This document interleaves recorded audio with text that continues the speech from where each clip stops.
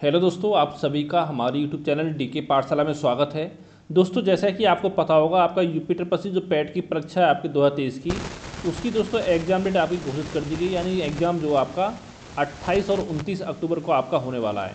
तो दोस्तों, आपको पता होगा इसमें आपको जो भारतीय अर्थव्यवस्था है वहाँ से 5 सवाल आपके एग्ज़ाम में, 5 क्वेश्चन आपके एग्ज़ाम में पूछे जाते हैं भारतीय अर्थव्यवस्था से। तो दोस्तों, इस वीडियो में जितने भी आपके टॉपिक हैं भारतीय अर्थव्यवस्था के, उन सभी टॉपिकों को मैं आपको कवर करने वाला हूं।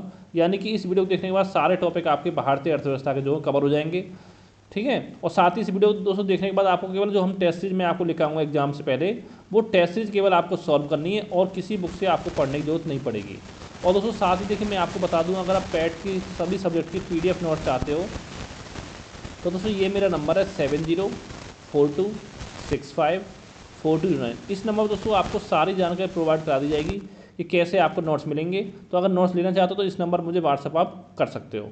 और दोस्तों इससे पहले मैंने 3 सब्जेक्ट के आपकी जो पूरी मतलब क्या बोलते हैं वीडियो बना कर तैयार कर दी है। कौन कौन से दोस्तों जो हमने प्रोवाइड करा दी ऑलरेडी। एक तो आपका भारतीय इतिहास की, क्योंकि पता होगा 10 क्वेश्चन आपके इतिहास एग्जाम में पूछे जाते हैं। और दोस्तों दूसरी वीडियो दोस्तों जो बनाई थी वो बनाई थी आपकी जनरल अवेयरेंस की, जहाँ से कि आपके 10 क्वेश्चन पूछे जाते हैं। और दोस्तों तीसरी वीडियो बनाई थी मैंने आपकी इंडियन पॉलिटी की। यानी 3 वीडियो आपको ऑलरेडी प्रोवाइड करा दी गई हैं। इसमें बात करेंगे हम भारतीय अर्थव्यवस्था के बारे में। और दोस्तों जो इससे अगली वीडियो मिलेगी उसमें आपको पूरा भारत का और साथ में आपका विश्व का भूगोल उसमें आपका कवर हो जाएगा। तो चलिए शुरू करते हैं आज की वीडियो। तो दोस्तों साथ ही देखिए, मैं आपको बता दूं कि मैं इतनी मेहनत से आपके वीडियो बनाता हूं, लेकिन दोस्तों आप लोगों की तरफ से रिस्पॉन्स अच्छा नहीं मिल पाता है, ठीक है। अगर देखिए आपको वीडियो पसंद आए तो वीडियो को लाइक किया करिए और साथ ही हमारे चैनल को आप सब्सक्राइब करना ना भूलें। और जितने भी आपके दोस्त हैं जो पैट की या किसी और एग्जाम की तैयारी कर रहे हैं, उनके साथ वीडियो को आप ज़रूर शेयर करें, ठीक है। चलिए शुरू करते हैं आज का वीडियो। पहला दोस्तों हम बात करते हैं आपके भारतीय अर्थव्यवस्था के बारे में कि जब हम किसी देश को उसकी समस्त आर्थिक क्रियाओं के संबंध में परिभाषित करते हैं तो दोस्तों उसी देश की आपकी अर्थव्यवस्था कहा जाता है। और जो जो आपके अर्थशास्त्र के जो आपके जनक थे वो थे आपके एडम स्मिथ। ये भी आपको ध्यान रखना इंपॉर्टेंट है, कई बार आपके एग्जामों में पूछा गया है।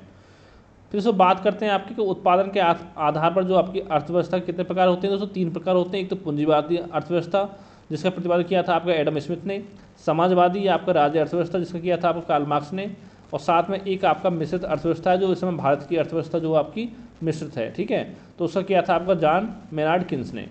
अब दोस्तों पहले हम बात करते हैं आपकी पूंजीवादी अर्थव्यवस्था की। दोस्तों इसमें क्या होता है आपका कि जो आपकी पूंजीवादी अर्थव्यवस्था होती है इसमें जो क्या उत्पादन करना है आपका, ठीक है, और किस मूल्य पर बेचना है, तो ये सब दोस्तों जो आपका बाजार होता है वो आपका तय करता है। इसमें सरकार की भूमिका आपकी नहीं होती। तो इस अर्थव्यवस्था को आपका पूंजीवादी अर्थव्यवस्था कहा जाता है। जैसे दोस्तों आपका ब्रिटेन में और साथ में आपके USA में जो आपकी अर्थव्यवस्था है वो आपकी पूंजीवादी अर्थव्यवस्था है। फिर दोस्तों बात आती है आपकी समाजवादी आपकी राज्य अर्थव्यवस्था, जिस नाम से स्पष्ट है आपका राज्य अर्थव्यवस्था। तो दोस्तों इस जो आपकी समाजवादी अर्थव्यवस्था होती है इसमें आपका जो उत्पादन है, कीमत है, जो आपूर्ति का फैसला जो किया जाता है वो आपका सरकार के द्वारा ही किया जाता है, जैसे कि आपका चीन में होता है और साथ में आपका रूस में होता है। और दोस्तों जो आपकी मिश्रित अर्थव्यवस्था होती है उसमें आपके पूंजीवादी और समाजवादी दोनों अर्थव्यवस्थाओं के जो गुण हैं वो आपके पाए जाते हैं। जैसे कि दोस्तों भारत में आपकी मिश्रित अर्थव्यवस्था है, मलेशिया में और साथ में आपका इंडोनेशिया में है। आगे चलते हैं। अगला दोस्तों आपका है बंद अर्थव्यवस्था। तो दोस्तों ये क्या होती है कि जिनका विश्व के अन्य देशों से कोई व्यापार संपर्क नहीं होता है, वो आपकी बंद अर्थव्यवस्था कहलाती है। जैसे जहाँ पे आपका GNP और GDP आपका बराबर होता है। अब दोस्तों दूसरे शब्दों में अगर मैं बताऊँ, देखिए जहाँ पर आयात निर्यात नहीं होता है, जो आपके दो देशों के बीच में आयात निर्यात नहीं होता, दोस्तों उसको हम बंद अर्थव्यवस्था कहते हैं। अब देखिए दोस्तों यहाँ पर देखिए आयात और निर्यात में बहुत सारे बच्चे बार बार कन्फ्यूज हो जाते हैं। तो बताना चाहता हूँ, देखिए आयात का मतलब क्या समझ सकते हो, आयात यानी कि आना, ठीक है। आ से आपका आयात हो गया, आ से आपका आना हो गया। यानी किसी दूसरे देश से अगर आपके देश में कोई चीज़ आ रही है तो समझ कह सकते हो कि हम आपका आयात कर रहे हैं। और निर्यात क्या होता है, जैसे हम अपने देश से कुछ चीज़ दूसरे देश में भेज रहे हैं तो वो आपका होता है निर्यात करना। अब दोस्तों अर्थव्यवस्था को 3 क्षेत्रों में विभाजित किया जाता है। एक तो आपके प्राथमिक क्षेत्र होते हैं जिसमें आपका कृषि एवं संबद्ध क्षेत्र आते हैं। और दोस्तों ये मुख्य रूप से जो आपका क्षेत्र होता है ये पर्यावरण पर निर्भर करता है, जैसे कृषि हो गया, पशुपालन, मत्स्य पालन, खनन, ठीक है, ये सब आपको होता है प्राथमिक क्षेत्र। और एक दोस्तों आपका आता है द्वितीय क्षेत्र जिसमें कि आपका निर्माण उद्योग वगैरह आते हैं, लोह इस्पात हो गया, वस्तु वाहन उद्योग, विद्युत गैस, जलापूर्ति, ये सब आपके द्वितीय क्षेत्र में आते हैं। और एक दोस्तों होता है आपका तृतीय क्षेत्र जिसको भी हम सेवा क्षेत्र भी बोलते हैं। इसमें दोस्तों आपका परिवहन, संचार, बैंकिंग, बीमा, व्यापार, भंडारण और सामुदायिक सेवाएं, चिकित्सा, शिक्षा, पर्यटन, ये सब चीज़ें आपकी आती हैं तृतीय क्षेत्र में। और दोस्तों अगर बात करें भारत की GDP में योगदान की बात की जाए तो सबसे जो आपका योगदान है वो आपका सेवा क्षेत्र का है, दूसरे पर आपका द्वितीय क्षेत्र का है और तीसरे पर आपका प्राथमिक क्षेत्र का है। अगला क्वेश्चन है, अगला आपका है कि योजना आयोग। तो दोस्तों पहले हम बात करते हैं कि जो आपका योजना आयोग का जो गठन कब किया गया था। तो दोस्तों इसका जो गठन किया गया था वो किया गया था 15 मार्च 1950 को। और साथ में ये ध्यान रखना है कि आपका नियोगी समिति की अनुशंसा पर इसका गठन आपका किया गया था। ये जो अब योजना आयोग जो था आपका गैर संवैधानिक और एक साथ में परामर्शदात्री निकाय था। ठीक है। और दोस्तों जो प्रधानमंत्री होते थे इसके आपके पदेन अध्यक्ष होते थे, पता होगा, अब इसको समाप्त कर दिया गया है। और दोस्तों प्रधानमंत्री के अतिरिक्त इसमें एक आपका उपाध्यक्ष होता था और साथ में आपका 3 पूर्णकालिक और 3 आपके अंशकालीन सदस्य इसमें आपके होते थे। ठीक है। और जो वित्त, रक्षा एवं गृह मंत्री थे इसके पदेन सदस्य होते थे। और साथ ही जो आपकी योजना आयोग के प्रथम अध्यक्ष थे वो थे जवाहरलाल नेहरू और साथ में प्रथम उपाध्यक्ष थे आपके गुलजारी लाल नंदा। और साथ में जो आपका योजना आयोग है उसको आपको 15 अगस्त 2014 को आपका समाप्त करने की घोषणा की गई थी। और पता ही होगा इसके स्थान पर आपका नीति आयोग की स्थापना की गई थी। फिर दोस्तों आपका आता है राष्ट्रीय विकास परिषद। ये भी इंपॉर्टेंट है, यहाँ से क्वेश्चन आपका बन जाता है एग्जाम में कि योजना निर्माण में राज्यों की भूमिका को सुनिश्चित करने के लिए आपका 6 अगस्त 1952 को राष्ट्रीय विकास परिषद का गठन किया गया था। और ये दोस्तों एक संविधानोत्तर ये भी आपका निकाय है। इसके अध्यक्ष दोस्तों आपके प्रधानमंत्री होते हैं। ठीक है। ये अभी भी आपका है लेकिन योजना आयोग को आपका समाप्त कर दिया गया है। और दोस्तों जो इसकी संरचना होती थी आपकी, जिसमें इसके अध्यक्ष प्रधानमंत्री होते हैं और साथ में जो इसके सदस्य होते हैं, सदस्य आपके सभी राज्यों के सीएम होते हैं। ठीक है। और साथ में जो केंद्र शासित प्रदेश आपके हैं उनके उपराज्यपाल आपके सीएम होते हैं। और साथ में आपके योजना आयोग, पहले योजना आयोग था अब आपका नीति आयोग हो गया है। इसके सभी सदस्य जो थे वो आपका राष्ट्रीय विकास परिषद के सदस्य आपके होते हैं। और साथ ही आपका केंद्रीय जो मंत्रिमंडल होता है वो भी आपका इसमें आता है। अब बात करते हैं इसका कार्य क्या था। तो दोस्तों पहले से कार्य था योजना आयोग द्वारा तैयार की गई योजनाओं को अंतिम रूप देना। अब इसका कार्य है नीति आयोग द्वारा तैयार की गई योजनाओं को अंतिम रूप देना। और साथ में राष्ट्रीय योजनाओं के संचालन का मूल्यांकन करना भी इसका काम था। राष्ट्रीय विकास को प्रभावित करने वाली नीतियों की समीक्षा करना भी आपका इसका काम है राष्ट्रीय विकास परिषद का। आगे दोस्तों आपका आता आर्थिक नियोजन या आपका आयोजन या कह सकते हो पंचवर्षीय योजनाएं। तो दोस्तों पहले हम बात करेंगे भारत में जो आपका आर्थिक आयोजन संबंधी प्रस्ताव जो सबसे पहले लाया गया था वो 1934 में लाया गया था। विश्वेश्वरैया की पुस्तक थी एक आपकी प्लान्ड इकोनॉमी ऑफ इंडिया में आया था। ठीक है। इस पुस्तक में भारत के विकास के लिए 10 वर्षीय कार्यक्रम प्रस्तुत किया गया था। और साथ ही इसके बाद बात करें तो 1938 में भारतीय राष्ट्रीय कांग्रेस ने जवाहर नेहरू की अध्यक्षता में राष्ट्रीय नियोजन समिति का गठन किया था। और साथ में 1944 में बम्बई के 8 जो आपके उद्योगपति थे उनके द्वारा बॉम्बे प्लान आपका प्रस्तुत किया गया था, जिसमें 15 वर्षीय सूत्रबद्ध योजना आपकी तैयार की गई थी। फिर दोस्तों एक योजना आपकी आई थी गांधीवादी योजना, जो कि आपकी 1944 में आई थी, जिसके आपके अध्यक्ष यानी कि जिन्होंने आपकी योजना बनाई थी वो थे आपके श्रीमन नारायण अग्रवाल ने। फिर दोस्तों आपके जन योजना बनाई गई थी जिसके अध्यक्ष थे आपके श्री एमएन राय 1945 में। फिर 1950 में जयप्रकाश नारायण ने आपकी सर्वोदय योजना प्रकाशित की थी। और साथ में इसके बाद अगर हम बात करें प्रथम पंचवर्षीय योजना की, दोस्तों इसका कार्यकाल था आपका 1951 से लेकर के 1956 ईस्वी। और दोस्तों ये योजना जो थी आपकी वो हेरल्ड डॉमर मॉडल पर आधारित थी। और जो इस योजना की मुख्य प्राथमिकता थी दोस्तों वो थी आपकी कृषि एवं सिंचाई क्षेत्र। और साथ में याद रखना है कि कौन सा काम इस योजना में किया गया था। दोस्तों इस योजना में एक आपका सामुदायिक विकास कार्यक्रम की स्थापना की गई थी 1952 में, ये भी आपको ध्यान रखना है। और साथ ही आपके भांगर नागल मान, दामोदर घाटी परियोजना और हीराकुंड आपकी बहुउद्देश्य परियोजना, ये भी आपकी इसी योजना की देने हैं। फिर दोस्तों बात आती है आपकी द्वितीय पंचवर्षीय योजना की, जो कि आपकी थी 1956 से लेकर के आपका 61 ईस्वी में। और दोस्तों ये योजना जो थी वो थी आपकी पीसी महालनोबिस मॉडल पर आधारित थी। और इस योजना में आपके बाहरी उद्योगों पर आपका जोर दिया गया था। और साथ ही दोस्तों पता होना चाहिए आपका इस योजना में 3 आपके इस्पात संयंत्र लगाए गए थे। कौन कौन से? एक तो आपका राउरकेला उड़ीसा में, जो कि आपका जर्मनी के सहयोग से स्थापित किया गया था। एक आपका भिलाई में जो छत्तीसगढ़ में है वर्तमान में, ये आपके रूस के सहयोग से स्थापित किया गया था। और दोस्तों एक किया गया था आपको दुर्गापुर पश्चिम बंगाल में, जो कि आपका ब्रिटेन के सहयोग से यानी स्थापित किया गया था। ये भी आपको ध्यान रखना है। आगे दोस्तों बात करते हैं हम तृतीय पंचवर्षीय योजना की। तो दोस्तों इसका कार्यकाल था आपका 1961 से लेकर के 1966 ईस्वी तक। और इस योजना जो आपका उद्देश्य था वो था आपका अर्थव्यवस्था को आत्मनिर्भर बनाना तथा स्वतः स्फूर्त अवस्था में पहुंचाना। और दोस्तों इसमें बात करें, इसमें बोकारो आयरन एंड इंस्टीट्यूट की इंडस्ट्री की आपकी स्थापना की गई थी, जो कि आपको झारखंड में है 1964 में, जो कि आपका रूस के सहयोग से की गई थी। और अगला दोस्तों बात करें हम आपका यूनियन ट्रस्ट ऑफ इंडिया यानी यूटीआई की स्थापना 1964 में की गई थी। Industrial development bank of India यानी कि आईडीबीआई बैंक की स्थापना भी 1964 में की गई थी। भारतीय खाद्य निगम की स्थापना एफसीआई की स्थापना 1965 में की गई थी। और कृषि कीमत आयोग की स्थापना 1965 में आपकी की गई थी इसी योजना के तहत। ठीक है, ये सब पॉइंट आपको पता होने चाहिए। फिर दोस्तों बात करते हैं आपका 3 वार्षिकी योजना है, जो आपकी 1966 से लेकर के 69 तक आपकी लाई गई थी। और दोस्तों इस अवधि में क्या गया था, इस अवधि को आपका योजना विकास भी कहते हैं। 1 अप्रैल 1966 से लेकर के 31 मार्च 1969 की अवधि को।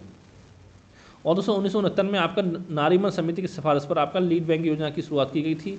और 1966-67 में पता ही होगा आपको भारत में हरित क्रांति की शुरुआत भी आपका की गई थी। फिर दोस्तों बात करते हैं हम चौथी पंचवर्षीय योजना की, जो जिसका कार्यकाल था आपका 1969 से लेकर के 1974 तक। और दोस्तों साथ ही मैं बता दूं आपको, एक क्वेश्चन आपका 100% एग्जाम पूछा जाएगा पंचवर्षीय योजना से, तो इसे दोस्तों आपको इस टॉपिक को अच्छे से तैयार कर लेना है। और दोस्तों जो आपकी चौथी पंचवर्षीय योजना का जो आपका उद्देश्य था वो था आपका स्थिरता के साथ आर्थिक विकास और आत्मनिर्भरता की अधिकाधिक प्राप्ति, ये आपका इसका मुख्य उद्देश्य था। और साथ में आपका 1969 में आपका 14 वाणिज्य बैंकों का आपका राष्ट्रीयकरण में आपका किया गया था। और पता होगा 1974 में आपका पोखरण में नाव के परीक्षण किया गया था, जिसका जो था जिसको आप बोला जाता है आपका स्माइलिंग बुद्धा, ठीक है, जिसका आपका ये भी आपको ध्यान रखना है। फिर है दोस्तों आपका सूखा प्रबंधन क्षेत्र कार्यक्रम DPAP की शुरुआत की गई थी 1973-74 में, ये भी आपको पता होना चाहिए। इसके अलावा दोस्तों हम बात करें आपका 5वीं पंचवर्षीय योजना की, जिसका कार्यकाल दोस्तों था आपका 1974 से लेकर के 78 तक। इसका दोस्तों जो उद्देश्य था वो था गरीबी उन्मूलन के साथ आत्मनिर्भरता प्राप्त करना। और साथ ही दोस्तों जनता पार्टी की सरकार थी, उसने इस योजना को आपका 1978 में बंद कर दिया था, यानी कि इस योजना आपकी 4 साल ही चल पाई थी, 5वीं पंचवर्षीय योजना, ठीक है, ये आपको ध्यान रखना है। और साथ ही आपका क्षेत्रीय ग्रामीण बैंक की स्थापना की गई थी आपकी 2 अक्टूबर 1975 को। और साथ ही काम के बदले अनाज कार्यक्रम आपका 1977 और 78 में आपका शुरू किया गया था। फिर है दोस्तों आपको अनवरत योजना 1978 से 80 तक, यानी जनता सरकार द्वारा आपकी पंचवर्षीय योजना 5वीं पंचवर्षीय योजना को आपका 1 वर्ष पहले समाप्त करके नई योजना को 1 अप्रैल 1978 को पेश किया गया, जिसे आपका रोलिंग प्लान या आपका अनवरत योजना आपका कहा जाता है, ठीक है। और दोस्तों इसकी जो आपकी अवधारणा जो आपकी प्रस्तुत की थी वो उसकी थी आपकी गुन्नार मिडल ने। और साथ में जो आपका अनवरत योजना को भारत में लागू करने का जो श्रेय जाता है वो जाता है आपका प्रोफेसर DT लकड़वाला को। और फिर दोस्तों हम बात करते हैं आपका 6ठी पंचवर्षीय योजना की, जिसका कार्यकाल था आपका 1980 से लेकर के 85 तक। और इसका जो उद्देश्य था वो था गरीबी निवारण तथा रोजगार सृजन पर बल देना। और इस योजना में ग्रामीण क्षेत्रों में 2400 कैलोरी और शहरी क्षेत्रों में 2100 कैलोरी प्रतिदिन का उपभोग गरीबी रेखा के रूप में आपका परिभाषित किया गया था।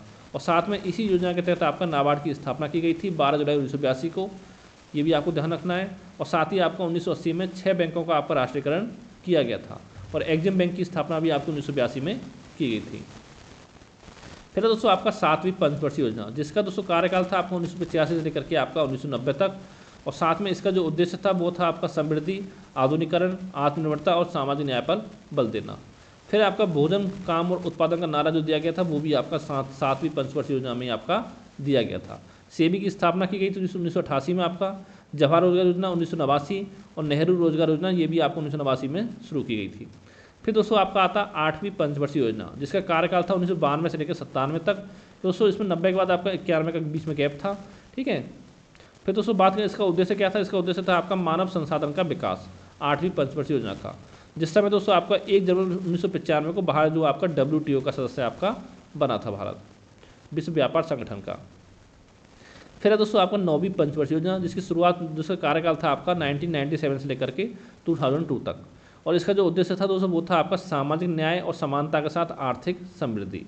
और दोस्तों इसके लिए हम बात करें तो जीवन स्तर, रोजगार सृजन, आत्मनिर्भरता एवं क्षेत्रीय संतुलन पर आपका जोर दिया गया था 9वीं पंचवर्षीय योजना में। फिर दोस्तों आपकी 10वें पंचवर्षीय जो आपकी योजना थी उसका कार्यकाल था 2002 से लेकर के 2007 तक। और इसका उद्देश्य था आपका सामाजिक न्याय और समता के साथ आपका आर्थिक विकास। अगला दोस्तों आपका 11वीं पंचवर्षीय योजना, जिसका कार्यकाल था 2007 से लेकर 2012 तक, जिसका दोस्तों आपका उद्देश्य था आपका तीव्रतर और अधिक समावेशी विकास। और 12वीं जो पंचवर्षीय योजना थी जो आपकी आखिरी पंचवर्षीय योजना थी, जिसका कार्यकाल था आपका 2012 से 2017 तक। और इसका उद्देश्य था आपका तीव्र धारणीय और आपका अधिक समावेशी विकास। आगे दोस्तों हम आपका बात करते हैं हरित क्रांति। तो दोस्तों अगर हम बात करें विश्व में जो आपकी हरित क्रांति के जनक कहलाते हैं दोस्तों वो कहा जाते हैं आपके डॉक्टर नॉर्मन बोरलॉन्ग। और साथ में आपका भारत की बात करें तो भारत में जो आपके हरित क्रांति जनक हैं वो हैं आपके डॉक्टर MS स्वामीनाथन। और साथ ही जो आपका हरित क्रांति शब्द है वो सर्वप्रथम किसने प्रस्तुत किया था, तो दोस्तों ये किया था आपका विलियम गार्ड द्वारा। फिर आपका भारत के संदर्भ में जो आपका हरित क्रांति की शुरुआत हुई थी दोस्तों वो आपकी 1966-67 में आपकी हुई थी, ये पता होना चाहिए आपको। और जो आपका हरित क्रांति का प्रभाव जो पड़ा था मुख्यतः आपको गेहूं और कुसत्ता का आपको धान की फसल पर दिखाई पड़ता है। और जो हरित क्रांति की सफलता का जो मुख्य कारण था दोस्तों वो था आपका अधिक उपज देने वाली फसलों का प्रयोग। और साथ ही जो आपकी हरित क्रांति थी इसका प्रभाव संपूर्ण भारत में न पड़ करके एक तो आपका पंजाब, हरियाणा, पश्चिमी उत्तर प्रदेश जहाँ तक ये आपका सीमित रहा था, ठीक है। और कुसत्ता का जो आपका राजस्थान का जिला है गंगानगर, तो वहाँ पर भी थोड़ा बहुत प्रभाव इसका देखा गया था। और दोस्तों बात करें हम दूसरे चरण में, फिर दोस्तों दूसरे चरण में आपका 1981 से 85 में हरित क्रांति का जो विस्तार था वो आपका बिहार, आंध्र प्रदेश और तमिलनाडु में भी आपका हो गया था। और दोस्तों हरित क्रांति में प्रयुक्त प्रथम जो फसल थी वो थी आपकी मैक्सिकन गेहूँ, ये भी आपको ध्यान रखना है, ये क्वेश्चन बन सकता है एग्जाम में। फिर है दोस्तों आपका कि हरित क्रांति से उत्पन्न समस्याएं क्या थी। तो दोस्तों खाद्यान्नों के उत्पादन में अधिक बल दिए जाने के कारण जो आपकी दलहन वगैरह थी, दलहन होगा तिलहन हो गया, उसकी बुआई क्षेत्र में आपकी कमी दर्ज की गई थी उसके बाद। और जो आपके जो मैक्सिमम राज्य ऐसे थे जिनको इस योजना का आपका लाभ नहीं मिल पाया था, ठीक है, जिसके कारण आपकी क्षेत्रीय असमानता उत्पन्न आपकी हो गई थी। और दोस्तों इसमें आपका उर्वरकों कीटनाशकों का आपका ज़्यादा प्रयोग किया गया था, जिस कारण जो आपकी मृदा थी, मिट्टी थी और पर्यावरण से संबंधित समस्याएं आपकी उत्पन्न हुई थी। और साथ ही आपके अत्यधिक सिंचाई के कारण आपके भूमि जल स्तर में आपकी कमी दर्ज की गई थी। अगला दोस्तों आपका दुग्ध विकास एवं ऑपरेशन फ्लड। तो यहाँ बात करें आपका ऑपरेशन फ्लड के बारे में, तो डेयरी क्षेत्र के प्रदर्शन को बढ़ावा देने के लिए आपका मिशन शुरू किया गया था। और इसको दोस्तों ऑपरेशन फ्लड को आपका राष्ट्रीय डेयरी विकास बोर्ड द्वारा 1970 में चौथी पंचवर्षीय योजना के समय आपका शुरू किया गया था। और जो इसका उद्देश्य था वो था गरीब किसानों को रोजगार प्रदान करने हेतु डेयरी उद्योग को आर्थिक रूप से बनाए रखने में मदद करना। और जो आपके ऑपरेशन फ्लड के जो जनक हैं दोस्तों कौन है, वो हैं आपके वर्गीज कुरियन। और साथ ही ऑपरेशन फ्लड को भारत में श्वेत क्रांति कहा जाता है। फिर दोस्तों आपका मिल्कमैन ऑफ इंडिया, ये भी आपका वर्गीज कुरियन को कहा जाता है। और राष्ट्रीय दुग्ध दिवस आपका 26 नवंबर को मनाया जाता है। राष्ट्रीय डेयरी विकास समिति जो आपकी वो आपकी आनंद गुजरात में है। और राष्ट्रीय डेयरी अनुसंधान संस्थान करनाल हरियाणा में। ये दोस्तों वेरी इंपॉर्टेंट है, कई बार एग्जाम में पूछा गया है, ये आपको ध्यान रखना है। और साथ ही दोस्तों अगर हम बात करें विश्व में सर्वाधिक दुग्ध उत्पादक देश कौन से हैं, दोस्तों पहले भारत है, दूसरे पर आपका यूएसए है। और भारत दोस्तों बात करें इसमें राजस्थान आपका पहले पे, दूसरे पर आपका यूपी, ये भी इंपॉर्टेंट है। तो दोस्तों इसी साल आपका यूपी को राजस्थान ने आपका पीछे छोड़ दिया है, नहीं पहले आपका यूपी पहले नंबर पर था दुग्ध के उत्पादन में। फिर दोस्तों बात करते हैं आपका 2021-22 के दौरान भारत में प्रति व्यक्ति दूध उपलब्धता जो कितनी थी दोस्तों, वो थी आपके 444 ग्राम पर डे। अगला दोस्तों आपके प्रमुख कृषि क्रांतियाँ, इसमें अगर हम बात करें कृषि क्रांति किस संबंधित है दोस्तों, ये एक संबंधित है आपकी पेट्रोलियम उत्पाद से। श्वेत क्रांति संबंधित है आपके दुग्ध उत्पादन से। हरित क्रांति संबंधित है आपके खाद्यान्न उत्पादन से। पीली क्रांति आपके तिलहन उत्पादन से। नीली क्रांति मत्स्य उत्पादन। रजत क्रांति आपका अंडा या मुर्गी उत्पादन। लाल क्रांति आपका मांस या टमाटर उत्पादन। रजत रेशा क्रांति आपकी कपास उत्पादन। और आपकी स्वर्ण रेखा क्रांति जूट उत्पादन। गोल्डन क्रांति आपकी फल उत्पादन संबंधित है। भूरी क्रांति आपकी उर्वरक उत्पादन से। और साथ में गोल्ड क्रांति आपकी आलू उत्पादन से। और गुलाबी क्रांति संबंधित दोस्तों आपकी है प्याज और झींगा उत्पादन से। अगला दोस्तों आपका बैंकों का राष्ट्रीयकरण तथा सुधार। तो अगर हम बात करें भारत में बैंक इतिहास की दोस्तों, तो बैंक ऑफ इंडिया की जो स्थापना की गई थी वो आपकी 1770 ईस्वी में आपकी की गई थी। जनरल बैंक ऑफ इंडिया की स्थापना की गई थी 1786 ईस्वी में।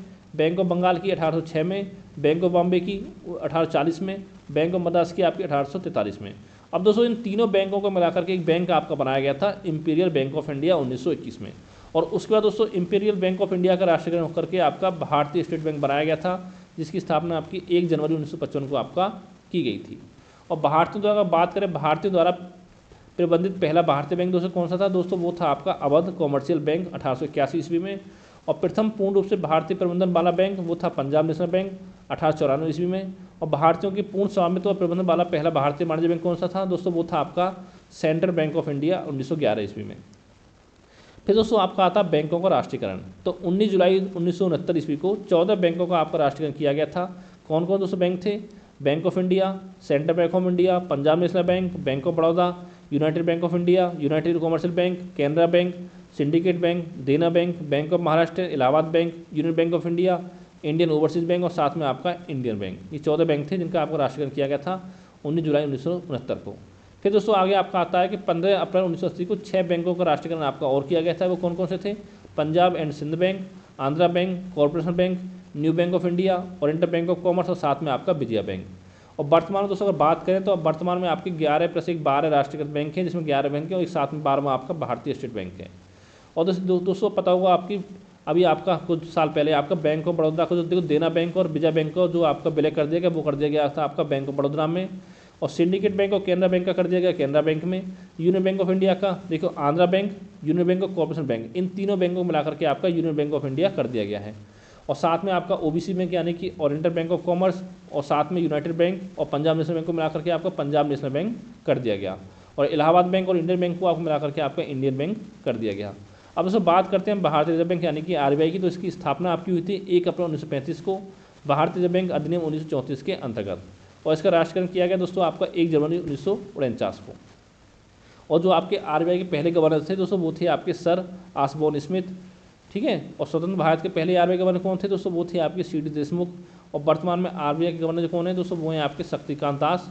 और आरबीआई देश का जो दोस्तों केंद्रीय बैंक है, पता ही होगा आपका। और साथ में भारत में केंद्रीय बैंक के गठन की अनुशंसा जो दोस्तों की गई थी वो आपकी 1926 में गठित हेल्टन यंग समिति द्वारा आपकी की गई थी। ये भी पॉइंट आपको ध्यान रखना है। आगे दोस्तों आपके आरबीआई कार्य के बारे में बात करते हैं तो मौद्रिक नीति का जो आपको निर्धारण करता है वो भी आपका आरबीआई करता है। करेंसी नोटों का निर्माण करता है आरबीआई, सरकारी बैंकों का कार्य करता है, बैंकों के बैंक कार्य करता है, साख नियंत्रण करता है और विदेशी विनिमय का नियंत्रण भी आपका आरबीआई करता है। फिर दोस्तों आपकी आती है बैंक दर। तो दोस्तों वह दर जिस पर आरबीआई जो आपका वाणिज्य बैंकों को दीर्घकालिक ऋण देता है तो उसे हम बैंक दर कहते हैं। और बैंक दर का जो साख ऋण से विपरीत संबंध आपका होता है। अब दोस्तों एक सवाल आपको बताना नीचे कमेंट करके कि वर्तमान में बैंक रेट आपकी कितनी है और साथ में रेपो रेट कितनी है वर्तमान में, और साथ में आपकी रिवर्स रेपो रेट कितनी है, ये तीनों आपको बताना नीचे कमेंट करके। फिर दोस्तों बात आती है आपकी रेपो रेट की, यानी रेपो दर। तो वह दर जिस पर आरबीआई वाणिज्य बैंकों को अल्पकालीन ऋण उपलब्ध कराता है उसे हम कहते हैं रेपो दर, और यह अनुसूचित बैंकों का साख सृजन क्षमता को प्रभावित करता है। फिर दोस्तों बात करते हैं आपका रिवर्स रेपो रेट दर की। तो दोस्तों वह दर जिस पर आरबीआई वाणिज्य बैंकों की आरबीआई में जमाओं पर ब्याज देता है वो आपकी होती है रिवर्स रेपो दर। आगे देखते हैं अगला दोस्तों आपका है नगद आरक्षित अनुपात, कि अपनी सभी जमाओं, मांग जमा तथा सावधि जमा का वह अनुपात जो वाणिज्यिक बैंकों को आरबीआई के पास जमा करना होता है उसे हम कहते हैं सीआरआर, यानी कि नगद आरक्षित अनुपात। और सीआरआर में वृद्धि से बैंकों के पास तरलता में कमी आती है। और वर्तमान में सीआरआर की रेट दर क्या है ये भी आपको बताना नीचे कमेंट करके, अगर करंट अफेयर आप पढ़ते हो तो आपको पता होगी। फिर दोस्तों आपका आता है सामरिक तरलता अनुपात, यानी कि एसएलआर। तो व्यापारिक बैंकों को अपनी कुल संपत्ति का जो एक निश्चित भाग होता है, परसेंट होता है, वो सरकारी पृथ्वी के रूप में, आपका सोना के रूप में, नकदी के रूप में, ठीक है, चर या सुरक्षित संपत्ति के रूप में अपने पास रखना होता है, जिसे हम एसएलआर कहते हैं। और वर्तमान इसकी दर क्या है ये भी आपको बताना नीचे कमेंट करके। फिर दोस्तों आगे आपका आता है सीमांत स्थायी सुविधा दर, यानी कि एमएसएफ रेट। तो दोस्तों यह वह रेट होता है जिस पर अनुसूचित वाणिज्य बैंक अपनी अल्पकालीन जो आपकी तरलता होती है उसकी आवश्यकता पूर्ति हेतु अपने एसएलआर के बदले आरबीआई से जिस ऋण पर आप जिस दर पर आपका पैसा लेते हैं, यानी कि आपका उधार लेते हैं, उसे हम कहते हैं एमएसएफ दर, यानी कि सीमांत स्थायी सुविधा दर। और ये दोस्तों आपका बैंक जो आपका एमएसएफ दर पर अपनी कुल जमाओं के 2% से अधिक ऋण नहीं ले सकते हैं, ये भी पता होना चाहिए आपको, ठीक है। यहाँ पे आरबीआई से जिस दर पर ऋण लेते हैं वो आपको कहलाता है एमएसएफ दर। फिर दोस्तों अगला आपका है प्रधान उधारी दर, यानी कि पीएलआर। तो वह ब्याज दर जिस पर बैंक अपने जो विश्वसनीय ग्राहक होते हैं उनको ऋण देते हैं, जैसे कि आपका नीरव मोदी हो गया, ठीक है। और जितने दोस्तों जो आपके भगौड़े जो विदेश से भागे हैं वो सभी आपके इसी के अंदर आते हैं, कि प्रधान उधारी दर के अंदर। अगला दोस्तों देखते हैं आपका कि क्षेत्रीय ग्रामीण बैंक। तो इसकी दोस्तों स्थापना क्या हुई थी 1975 में। ये हुई थी दोस्तों आपका नरसिम्हन समिति की सिफारिश पर, और यह ग्रामीण वित्त हेतु समर्पित एक आपकी संस्थान है, क्षेत्रीय ग्रामीण बैंक, ठीक है। और केंद्र सरकार दोस्तों इसमें जो आपकी हिस्सेदारी वो 50% की है, राज्य सरकार की 15% की है, और साथ में आपके वाणिज्य बैंकों की इसमें जो आपकी हिस्सेदारी है वो आपकी 35% है। फिर दोस्तों आपका था नाबार्ड, जिसकी फुल फॉर्म आपका है राष्ट्रीय कृषि एवं ग्रामीण विकास बैंक। इसकी दोस्तों स्थापना हुई थी आपकी 12 जुलाई 1982 को शिवरमन समिति की सिफारिश पर, और इसका मुख्यालय आपका मुंबई में, ये पता होना चाहिए आपको। और साथ में कृषि क्षेत्र को वित्त प्रदान करने वाली जो सबसे बड़ी संस्थान है वो आपका नाबार्ड है।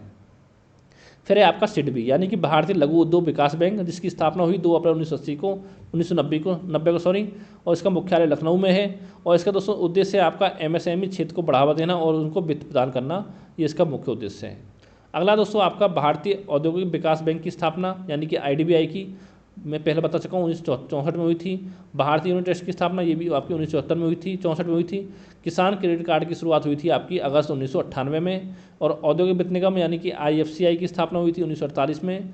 और भारतीय औद्योगिक ऋण तथा निवेश निगम की स्थापना 1955 में।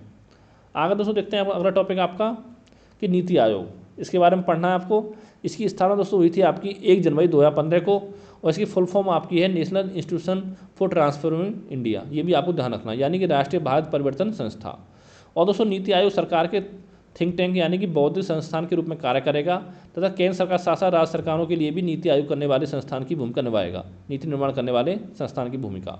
फिर दोस्तों आगे यहाँ पर केंद्र एवं राज्य सरकारों को राष्ट्रीय व अंतर्राष्ट्रीय महत्व के महत्वपूर्ण मुद्दों पर रणनीतिक एवं तकनीकी सलाह भी आपको देने का काम करेगा नीति आयोग। और दोस्तों जो इसकी संरचना होती है उसमें क्या क्या होता है, उसमें एक तो आपका अध्यक्ष होते हैं, जो कि इस समय जो इसके अध्यक्ष है वो प्रधानमंत्री होते हैं, यानी कि इस समय नरेंद्र मोदी हैं।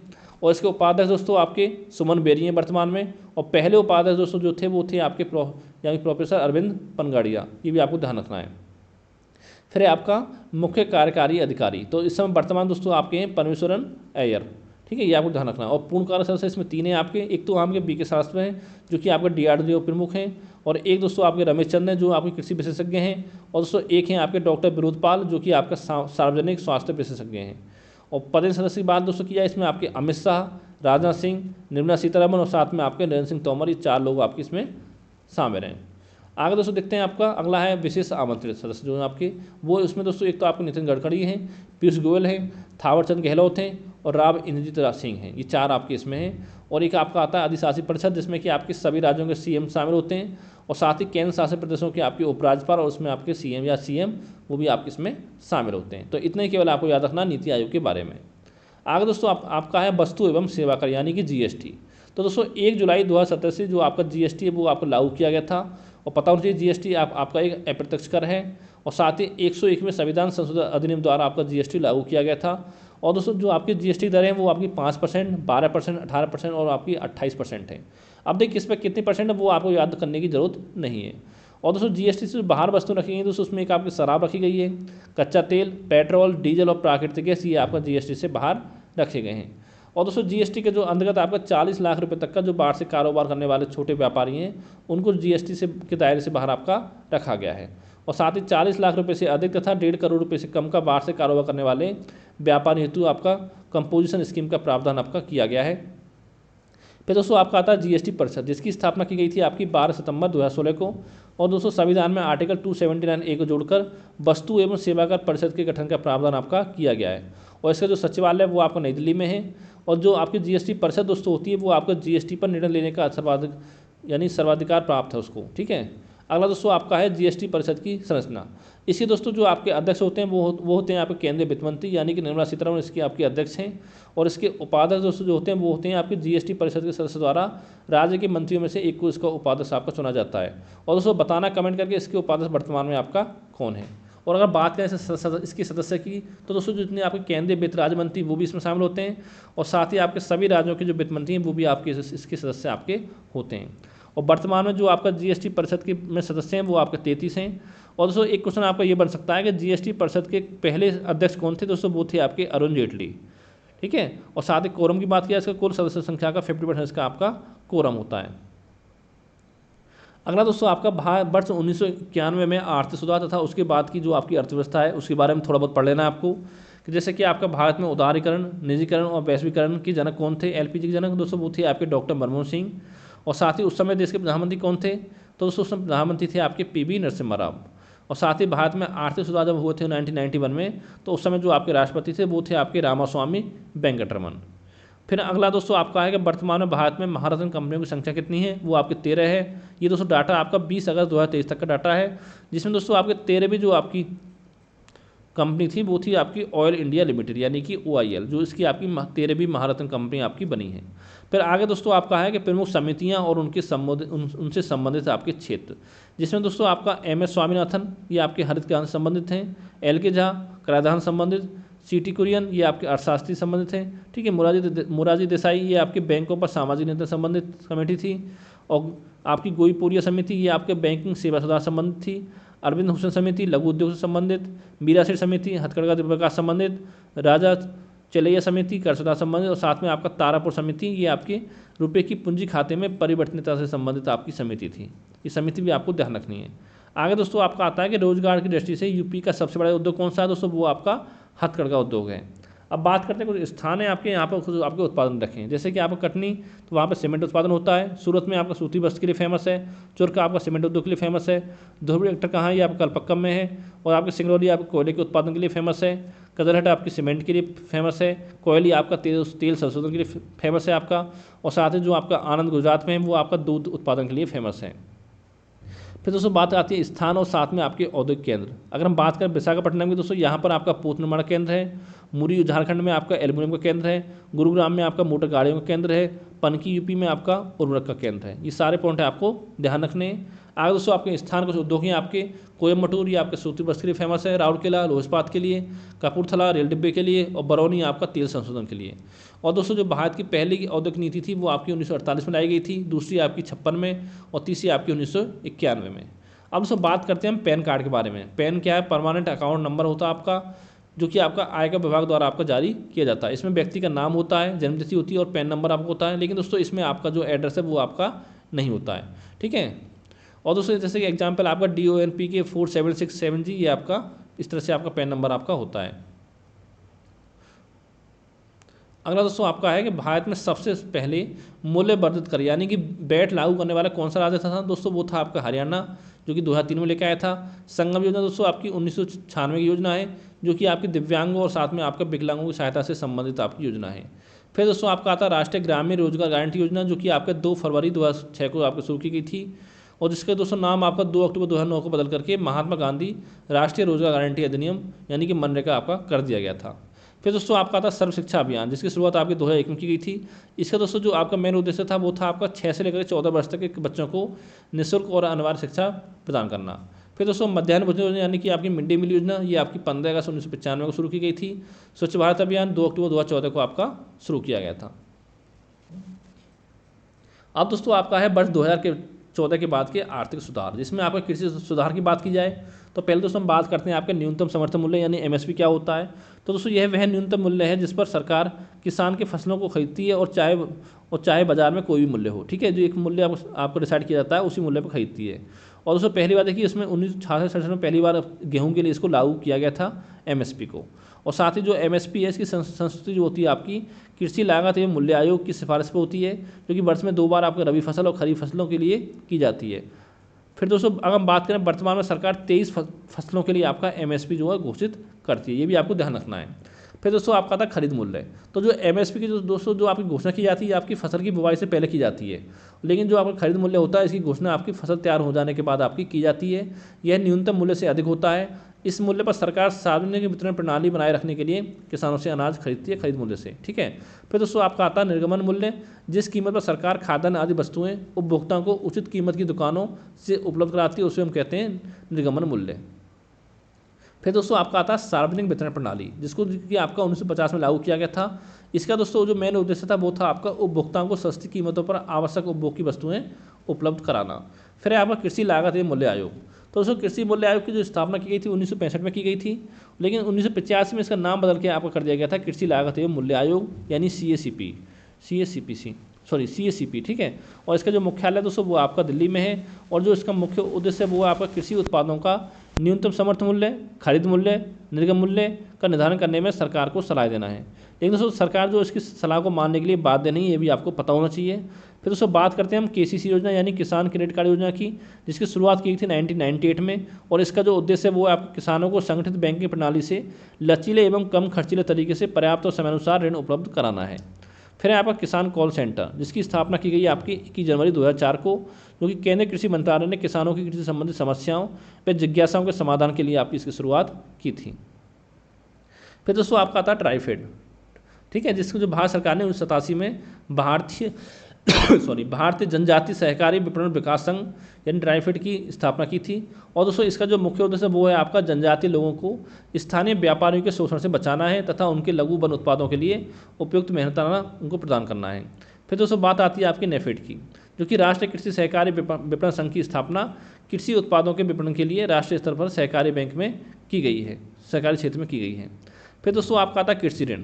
तो भारतीय किसानों की वित्तीय आवश्यकता को पूरा करने के लिए 3 प्रकार के ऋण आपके दिए जाते हैं। कौन कौन से? एक आपका अल्प अवधि ऋण है जो कि 15 महीने से कम समय के लिए दिया जाता है। एक आपका मध्य अवधि ऋण है जो कि 15 महीने से लेकर के 5 साल के बीच में दिया जाता है। और एक आपका दीर्घावधि ऋण है जो कि आपका 5 साल से अधिक समय के लिए आपका दिया जाता है। फिर दोस्तों आपका आता है ई रकम प्लेटफॉर्म क्या है? ये कि आपका कृषि उत्पाद बेचने से संबंधित है। और साथ ही राष्ट्रीय कृषि बाजार क्या है? और दोस्तों ये कृषि उपज के लिए राष्ट्रीय ई व्यापार मंच है आपका। आगे दोस्तों आपका श्रम सुधार। तो दोस्तों यहाँ पर एक चीज़ ध्यान रखनी है आपको, पीएम श्रम योगी मानधन योजना जो कि आपकी शुरुआत की गई थी 5 मार्च 2019 को। और इसके लाभार्थी दोस्तों आपके हैं असंगठित क्षेत्रों के श्रमिक। और साथ ही पेंशन राशि दोस्तों इसमें 3000 रुपये प्रति माह मिलेगी। और जमा की जाने वाली राशि दोस्तों इसमें आपकी 55 रुपये से 200 रुपये प्रति माह है। और इसकी उम्र होनी चाहिए आपकी इसमें शामिल होने के लिए 18 से लेकर 40 वर्ष के बीच में। अगला दोस्तों आपका केंद्रीय बजट 2023-24। तो थोड़ा बहुत यहाँ से पढ़ लेना आपको, यहाँ से क्वेश्चन आपका बन सकता है। और दोस्तों 1 फरवरी 2023 को आपका वित्त मंत्री निर्मला सीतारमण द्वारा संसद में बजट आपका पेश किया गया था। और दोस्तों जो आपका बजट का आकार है वो आपका लगभग 45.03 लाख करोड़ आपका है। और बजट की प्राथमिकता क्या है दोस्तों? इसकी सप्तऋषि यानी कि 7 प्राथमिकताओं पर आपका जोर दिया गया है। ये 7 का नाम आपको याद होने चाहिए, जिसमें क्या है? समावेशी विकास, अंतिम छोर यानी कि व्यक्ति तक पहुँचना, अंतिम व्यक्ति तक पहुँचना, अवसंरचना और निवेश, और ये आपका क्षमता को सामने लाना, हरित विकास, युवा शक्ति और साथ में आपका वित्तीय क्षेत्र। फिर दोस्तों बात करते हैं आपका भारत एट द 100 तक की यात्रा में अमृतकाल के दौरान निम्नलिखित 4 मौके रूपांतरित हो सकते हैं। कौन कौन से? महिलाओं का आपका आर्थिक सशक्तिकरण, पीएम विश्वकर्मा कौशल सम्मान, पर्यटन और साथ में आपका हरित विकास। अगला दोस्तों आपका आएगा पिछले 9 वर्षों में जो बजट की बात कर रहा हूँ मैं, प्रति व्यक्ति आय दुगनी से भी अधिक होकर 1.97 लाख रुपए आपकी हो गई है। ये आपको कहा गया बजट में, पता नहीं कहाँ से हो गई, ये तो मुझे भी नहीं पता है। अगर आपको किसी को पता हो तो नीचे कमेंट करके आप बता सकते हो। फिर अगला दोस्तों आपका है कि पिछले 9 वर्षों में भारतीय अर्थव्यवस्था जो आपकी विश्व की 5वीं सबसे बड़ी अर्थव्यवस्था आपकी बन गई है और भारत दुनिया का सबसे बड़ा श्री अन्न उत्पादक देश है। अब देखिए दोस्तों यहाँ पर श्री अन्न किसके लिए यूज हुआ है दोस्तों? ये आपका यूज हुआ है मोटे अनाज के लिए। मोटे अनाज के लिए आपका श्री अन्न शब्द आपका यूज किया गया है और भारत दुनिया का दूसरा सबसे बड़ा श्री अन्न आपका निर्यातक देश है। फिर दोस्तों आपका बात आती है सिकल सेल एनीमिया जो आपका उम्र का लक्ष्य रखा गया वो कब तक रखा गया दोस्तों? ये रखा गया आपका 2047 तक का बजट में। फिर आगे आपका भारत ने 5 MMT वार्षिक हरित हाइड्रोजन उत्पादन का लक्ष्य रखा है, ये आपको रखा 2030 तक का।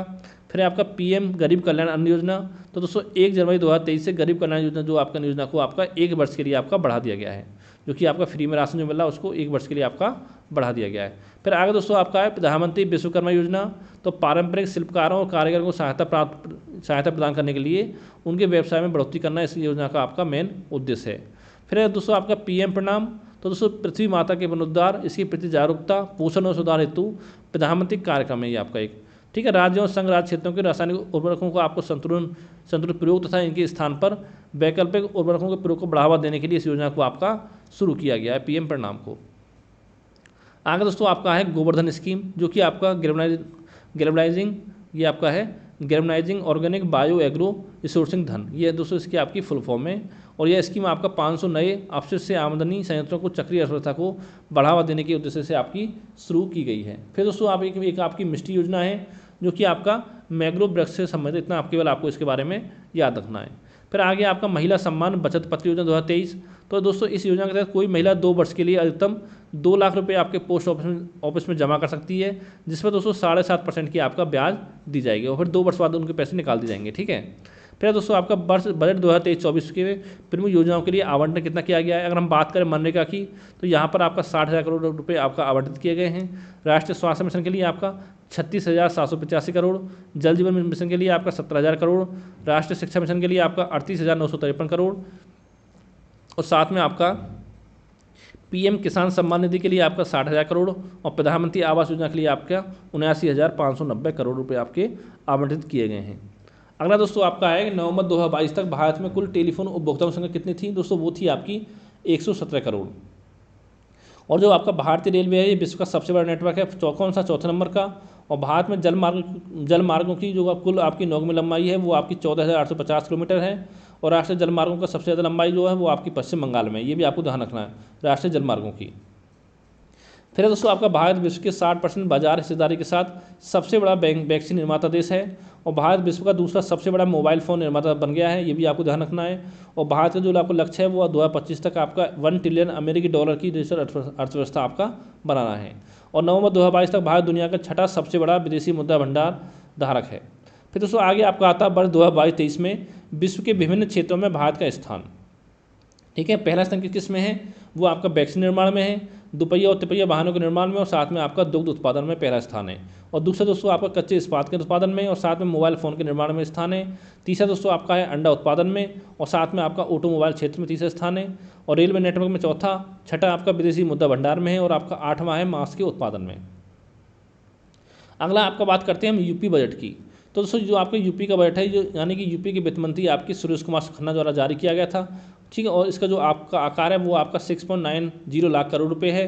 और देश की दोस्तों जीडीपी में अगर बात करें यूपी की, तो दोस्तों यूपी का योगदान जो देश की जीडीपी में वो आपका 8% का है। और डीबीटी के माध्यम से लाभार्थियों को धनराशि हस्तांतरण करने में यूपी का देश में प्रथम स्थान है। अगर हम बात करें कृषि निवेशों पर किसानों को देय अनुदान की, ठीक है।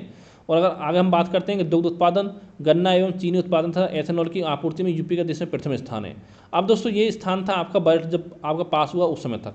लेकिन अगर हम बात करें वर्तमान की, तो दोस्तों वर्तमान में जो अगर हम बात करें तो दूध के उत्पादन में पहला स्थान आपका राजस्थान का हो गया है और दूसरा दोस्तों पहुंच गया आपका यूपी। ये भी आपको ध्यान रखना है, ठीक है। फिर आगे आपका अटल पेंशन योजना के तहत पंजीकरण करने में यूपी का देश में प्रथम स्थान है, ये पता होना चाहिए। और मनरेगा के तहत वित्तीय वर्ष 2022-23 में लगभग 26.2 लाख 2-9 लाख मानव दिवस आपका सृजित कर देश में प्रथम स्थान प्राप्त किया आपका यूपी ने। और एक जनपद एक मेडिकल कॉलेज योजना के तहत प्रत्येक जिले में एक मेडिकल कॉलेज आपकी स्थापना का लक्ष्य रखा गया है। और वर्तमान में यूपी में आपके 9 जो आपके एयरपोर्ट हैं वो आपके क्रियाशील हैं, ये पता होना चाहिए आपको। और यूपी में वर्ष 2030 तक वनावरण में वृक्षावरण 15% तक किए जाने का लक्ष्य है। फिर है आपका पीएम ग्राम सड़क योजना हेतु जो कितना बजट पास किया गया, वो किया गया आपका 5,966 करोड़। और मुख्यमंत्री आवास योजना ग्रामीण के लिए आपका 1,203 करोड़। और साथ में मुख्यमंत्री कन्या सुमंगला योजना के लिए आपका 1,050 करोड़। तो दोस्तों इतना आपको ध्यान रखना है। तो दोस्तों देखिए, जितने भी आपके इंपॉर्टेंट टॉपिक थे, पॉइंट थे, वो सारे मैंने कवर करा दिए आपको भारतीय अर्थव्यवस्था से संबंधित। अगर दोस्तों कुछ पॉइंट आपको छूट गया होगा तो जब मैं आपके लिए टेस्ट सीरीज लेकर आऊँगा पैट के लिए, तो उस टेस्ट सीरीज में आपका कवर हो जाएगा। लेकिन दोस्तों इसके अलावा किसी और बुक से पढ़ने की आपको ज़रूरत नहीं पड़ेगी। अगर दोस्तों जो मैं आपको पढ़ाऊँगा वही अगर आपने पढ़ लिया और जो हमारे नोट्स हैं उसको अच्छे से तैयार कर लिया, तो 100% अच्छे नंबर आपके एग्जाम में आ जाएंगे। तो थैंक यू फॉर वॉचिंग।